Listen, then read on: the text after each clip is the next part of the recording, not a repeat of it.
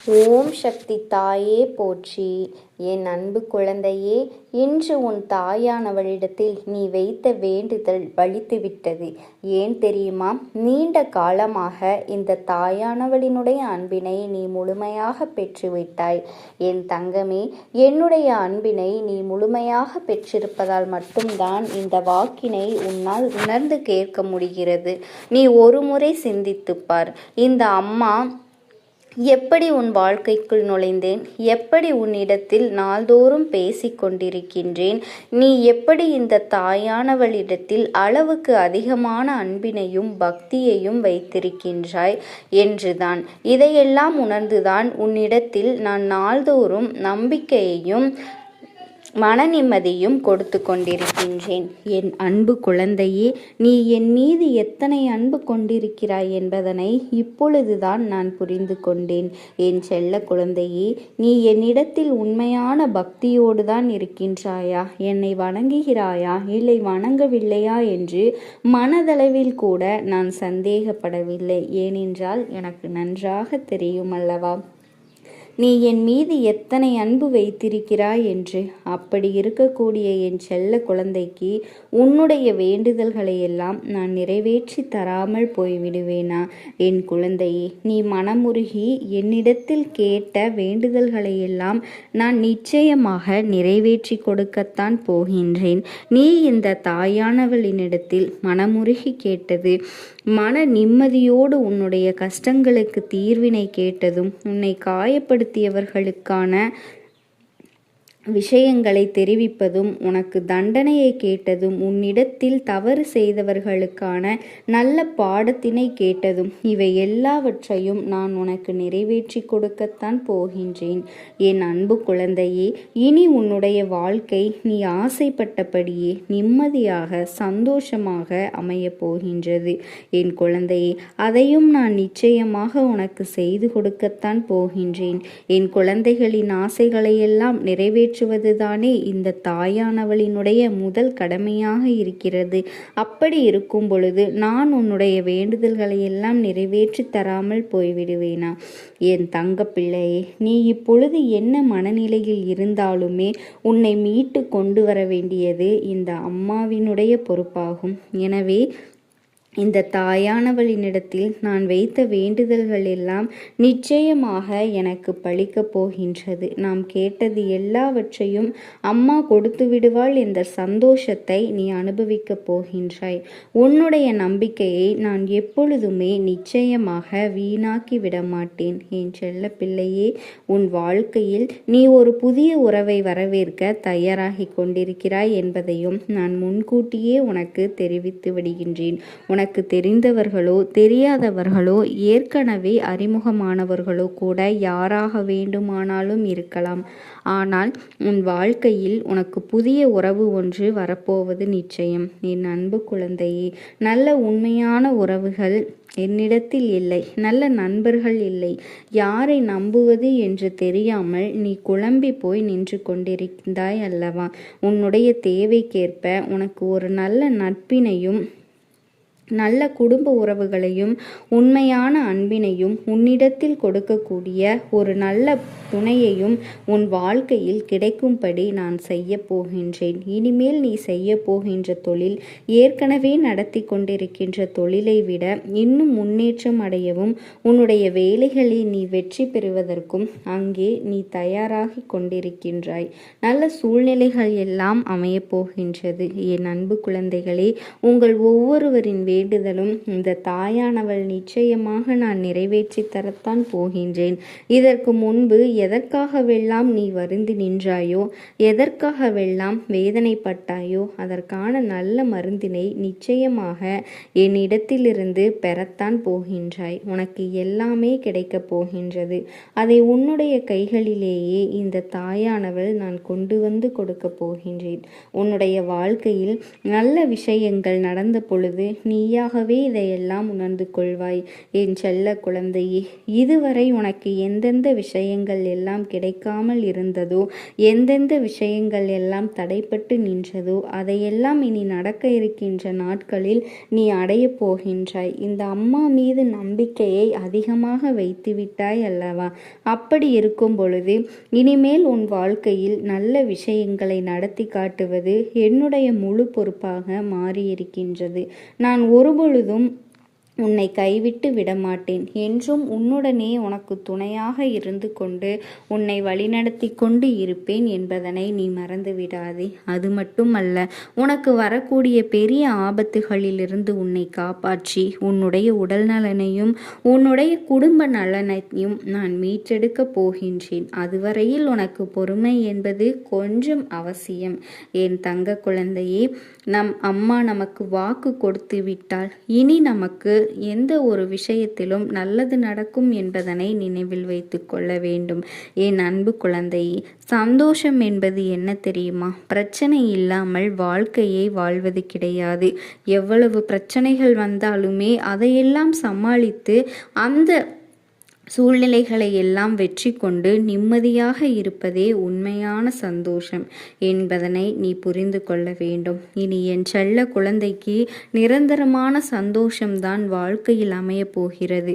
இனி எத்தனை கஷ்டங்கள் வந்தாலும், எத்தனை துயரங்கள் வந்தாலும் அதையெல்லாம் மிக எளிமையாக கடந்து வரவும் ஜெயித்து வரவும் அத்தனை திறன்களையும் நான் உனக்கு கொடுக்க போகின்றேன். உன் வாழ்க்கையில் உனக்கு மிகப்பெரிய நம்பிக்கையையும் துணிச்சலையும் தைரியத்தையும் இந்த தாயானவள் நான் கொண்டு வந்து கொடுக்க போகின்றேன். அது மட்டுமல்ல, நீ இன்னொரு விஷயத்தையும் உனக்குள்ளே பழகிக்கொள்ள வேண்டும். அது என்ன தெரியுமா? உன்னிடத்திலே புன்னகையும் மௌனத்தையும் நீ எப்பொழுதுமே வைத்திருக்க வேண்டும்.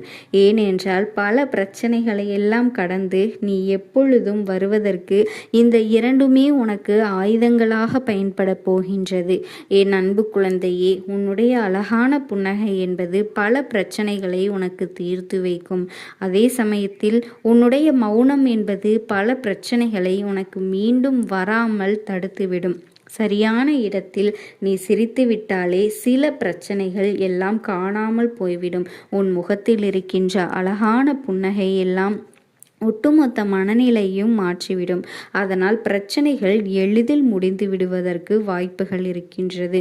அதே சமயத்தில் உன்னுடைய மௌனத்தையும் பலரினுடைய பிரச்சனைகளை சமாளிப்பதற்கும் அந்த பிரச்சனைகள் உன்னை நோக்கி வரவிடாமல் தடுப்பதற்கும் உன்னை சோதித்து பார்ப்பவர்களுக்கும் உன்னை கோபமடைய செய்தவர்களுக்கும் எல்லாவற்றையும் தாண்டி நீ உன்னுடைய வேலை என்னவோ அதை மட்டுமே நீ செய்து கொண்டிருக்க வேண்டும்.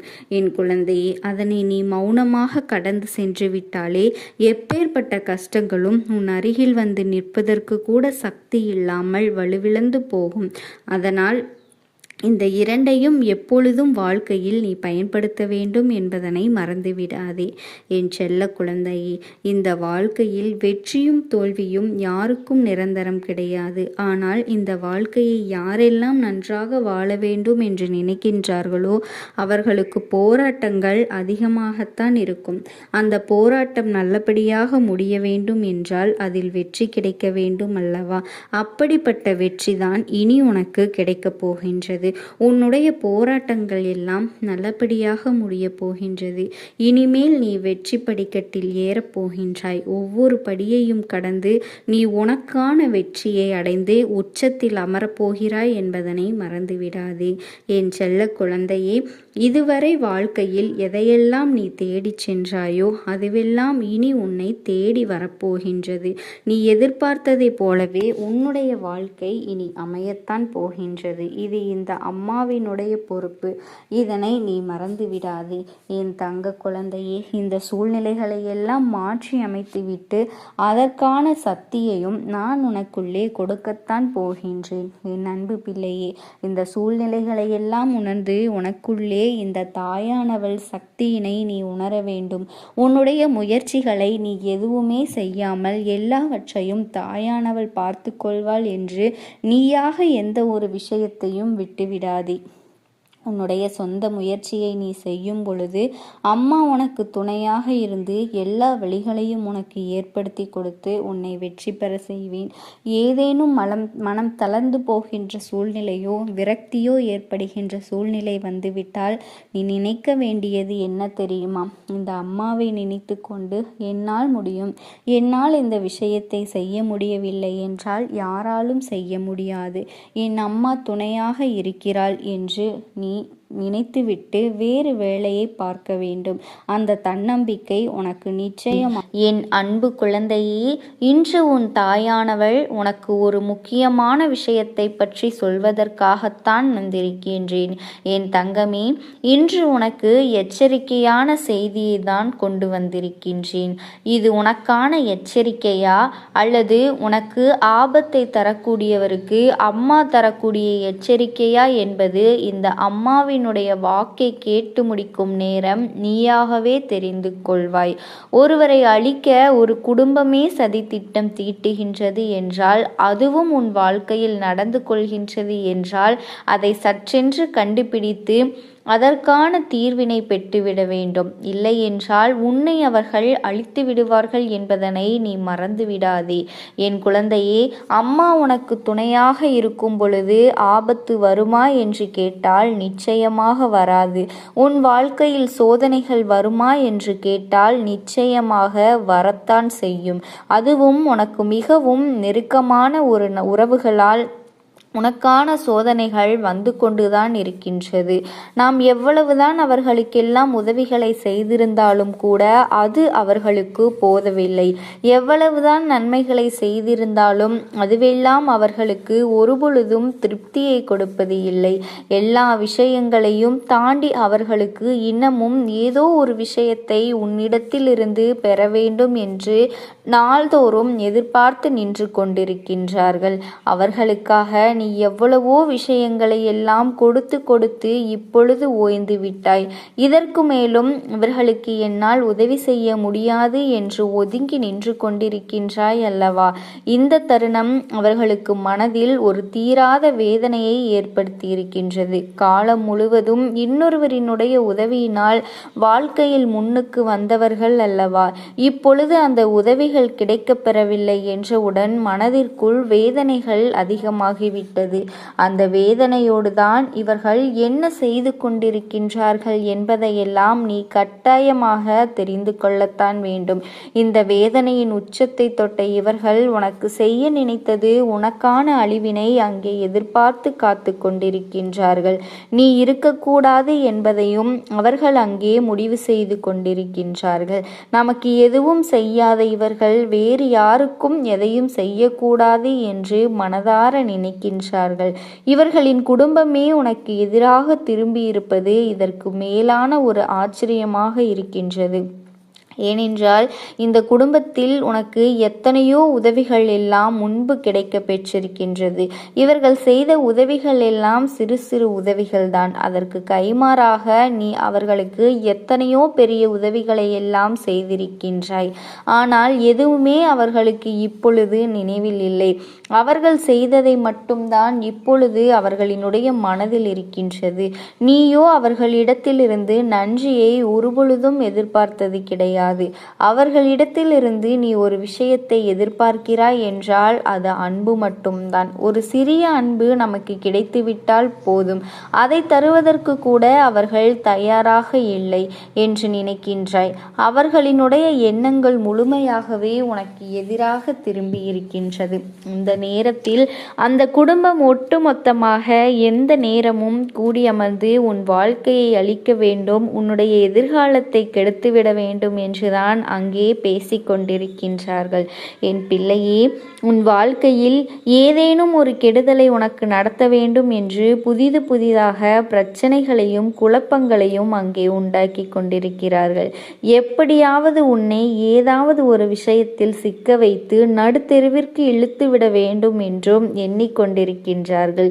இந்த நேரத்தில் உன்னை சுற்றி நடப்பது எல்லாம் என்னவென்று யோசித்து யோசித்து உன்னை காயப்படுத்திவிட வேண்டும் என்றும் உன்னை அவமானப்படுத்திவிட வேண்டும் என்றும் நினைக்கின்றார்கள். குறிப்பாக அவர்கள் உன்னை தாக்குவதற்கு தன் கையில் எடுத்திருக்கின்ற மிகப்பெரிய ஆயுதம் என்ன தெரியுமா? உன்னுடைய கடந்த கால வாழ்க்கையில் நீ பட்ட கஷ்டங்கள், செய்த சிறு சிறு தவறுகள், இதையெல்லாம் தான் என் குழந்தையே. இது யாரென்று உனக்கு புரிந்திருக்கும் அல்லவா? உனக்கு கெடுதல் செய்ய நினைத்தவர்கள் இனி வாழ்க்கையில் துன்பத்தை அனுபவிக்கப் போகின்றார்கள். அவர்களை பற்றி நீ வருந்து நிற்க வேண்டிய அவசியமில்லை. இந்த வாழ்க்கையானது உனக்கான அத்தனையும் கொடுக்க தயாராகிவிட்டது.